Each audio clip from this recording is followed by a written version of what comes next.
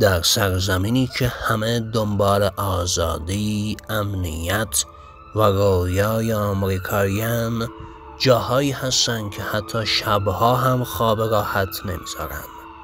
اون جاها زنده موندن بیشتر یه مهارت تا یه شانس. اینجا خبری از ساحل و آسمون خراش نیست. اینجا صدای تیر بیشتر از صدای پرنده است. امروز میریم سراغ 3 ایالت خطرناک آمریکا، جایی که مردمش نه برای زندگی بلکه برای بقا می جنگن.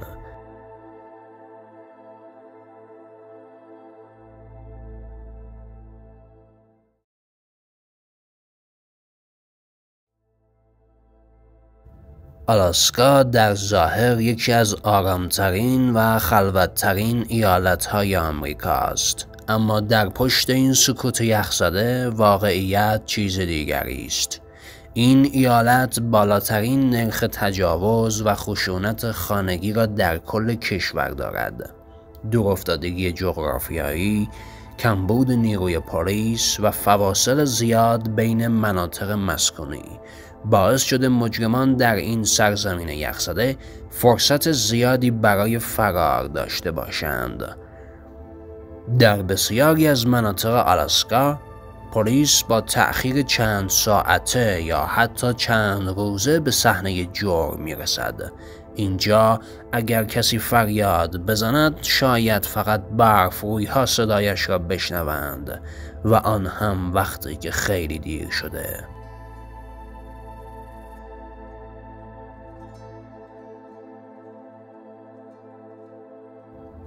ایالت میسوری، به ویژه شهر سنت لوئیس، سالهاست که در صدر لیست خطرناک ترین نقاط آمریکا قرار دارند. نرخ قتل در این شهر تقریباً 2 برابر میانگین کشوری است. فقر، بیکاری و درگیری‌های باندی از دلایل اصلی این وضعیتند. در محله‌های سنت لوئیس حضور شبانه در خیابان میتواند حکم بازی با مرگ را داشته باشد. بسیاری از ساکنان محلی حتی برای خرید روزانه ترجیح میدهند به صورت گروهی یا فقط در ساعات مشخصی از روز بیرون بروند. در میسوری ترس بخشی از زندگی روزمره است.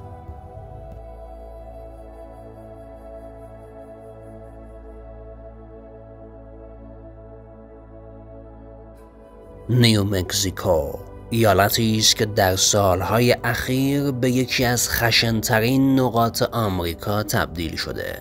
شهر آلبوکورکی، مرکز این ایالت، آمار بسیار بالایی از قتل، ثروت و جرائم مواد مخدر دارد. نرخ کلی جرائم خشونت‌آمیز در نیومکزیکو به طور قابل توجهی از میانگین کشوری بالاتر است. ضعف در زیرساخت‌های امنیتی و فقر گسترده زمینه را برای گسترش باندهای خلافکار و جرم‌های خیابانی فراهم کرده. اینجا مرز میان زندگی عادی و درگیری مسلحانه گاهی فقط یک کوچه فاصله دارد.